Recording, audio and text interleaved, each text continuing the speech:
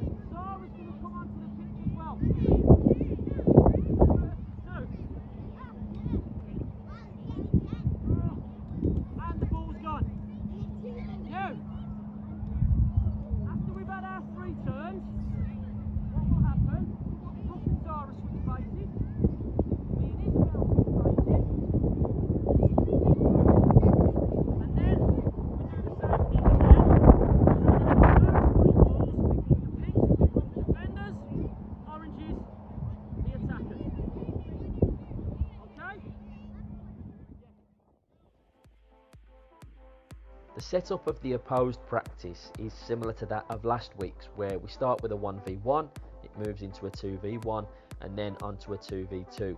Some slight changes are the same team get to start the attack every time, and the dimensions of the playing area are different to how they were last week. Last week was thin and long.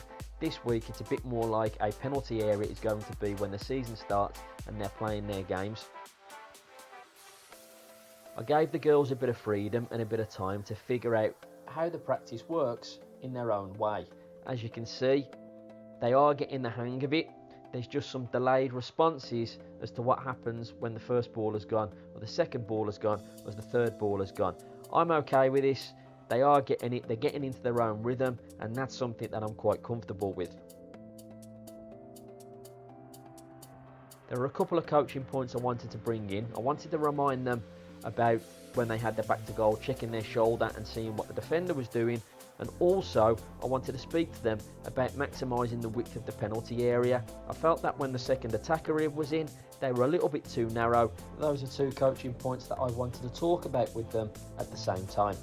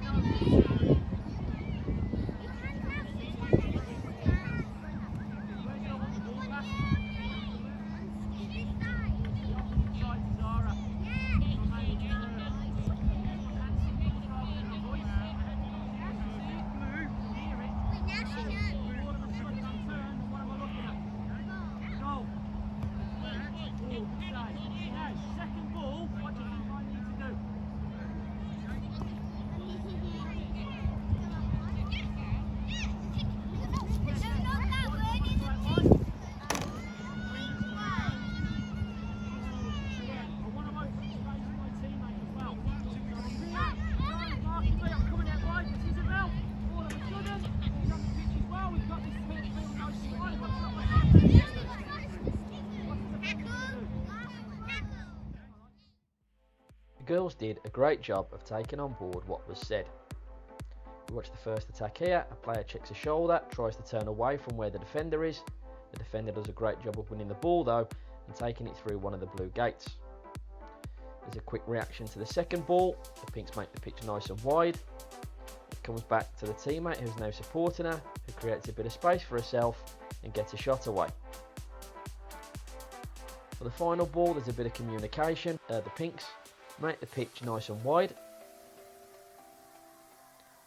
The ball changes hands a few times, but it comes back out to our initial Pink player, who dribbles one way, taking both the oranges with her. Her teammate stays in the middle. An opportunity to pass into the middle comes out, and with a little bit more composure, we get a better finish.